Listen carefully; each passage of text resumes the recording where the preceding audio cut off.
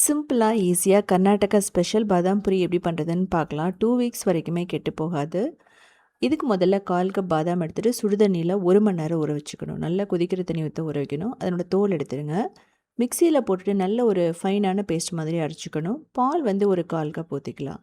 நீங்க பால் பிடிக்கலன்னா, நீங்க தண்ணி கூட ஊத்திக்கலாம். ஸோ இந்த மாதிரி ஸ்மூத்தா இருக்கணும். இதுக்கப்புறமா கோதுமை மாவு இல்லைனா மைதா, அதுக்கப்புறம் சிரோட்டி ரவை, கொஞ்சமாக நெய் ஊற்றிட்டு உப்பு கொஞ்சம் போட்டுக்கணும். இதுக்கு வந்து பேக்கிங் சோடா, பேக்கிங் பவுடர் தேவையே இல்லை. இப்போ அரைச்சி வச்ச பாதாமோட அந்த பேஸ்ட் இதையும் போட்டு நல்லா மிக்ஸ் பண்ணணும். தேவைப்பட்டால் நீங்கள் தண்ணியோ பாலோ ஊற்றிட்டு நல்ல ஒரு செமி சாஃப்ட் டோ மாதிரி கொண்டு வந்துடணும். ரொம்ப வந்து சாஃப்டாகவும் இருக்கக்கூடாது. 20 நிமிஷம் அப்படியே விட்டுருங்க. ஒரு டேபிள் ஸ்பூன் ஆயில் ஊற்றிட்டிங்கன்னா வறண்டு போகாமல் இருக்கும். இதுக்கப்புறமா நம்ம வந்து ஒரு நிமிஷம் நல்லா தேய்ச்சிட்டு நம்ம தின்னா தேய்ச்சி எடுத்துக்கணும். ஸோ இதுதான் வந்து பார்த்திங்கன்னா ரொம்ப முக்கியமானது. நீங்கள் பரோட்டாக்கு மாதிரி தேய்க்கணும்னு அவசியம் இல்லை. ஆனால் தின்னா தேய்ச்சிக்கணும்.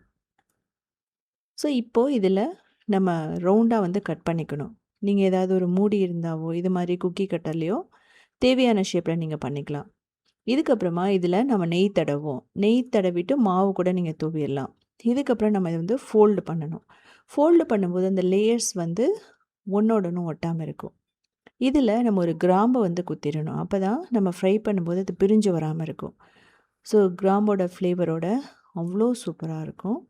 முதல்ல இதெல்லாம் ரெடி பண்ணி வச்சதுக்கப்புறமா நல்லா சூடான எண்ணெயில் போட்டுட்டு கிறிஸ்பியாக கோல்டன் பண்ண வர வரைக்கும் ஃப்ரை பண்ணி எடுக்கணும். நீங்கள் சூடான எண்ணெயில் போடணும். லோ மீடியம் ஃப்ளேம்லோட மடி வச்சுக்கலாம். ஸோ இந்த மாதிரி நல்லா ஃப்ரை பண்ணுங்கள். நல்லா கிறிஸ்பியாக வரணும். ரொம்ப ஹை ஃப்ளேம் வச்சிடாதீங்க. ஸோ இப்போ இதை எடுத்து அப்படியே ஒரு பிளேட்டில் போட்டுக்கலாம். இதுக்கு வந்து சுகர் சிரப் இல்லை வெல்லம் எது வேணாலும் நீங்கள் காய்ச்சலாம். சுகர் சிரப்புக்கு 1/2 கப் சுகர், ஒரு 1/4 கப் தண்ணி ஊற்றிட்டு நம்ம ஒரு கம்பி பதம் வரணும். கொஞ்சம் ஏலக்காயும் சாஃப்ரானும் நான் போட்டிருக்கேன். இந்த மாதிரி வந்தால் போதும். இந்த ஸ்டேஜில் இதை போட்டுட்டு நல்லா மிக்ஸ் பண்ணிவிடுங்க. மிக்ஸ் பண்ணிவிட்டு நீங்கள் அடுப்பை ஆஃப் பண்ணிவிட்டு அப்படியே விட்டுடலாம். அப்பப்போ கொஞ்சம் கொஞ்சம் எடுத்து கிளறினீங்க அப்படின்னா சூப்பராக ரெடி ஆகிடும். மேலே பிஸ்தா தூவிட்டீங்க அப்படின்னா அவ்வளோ டேஸ்ட்டாக இருக்கும்.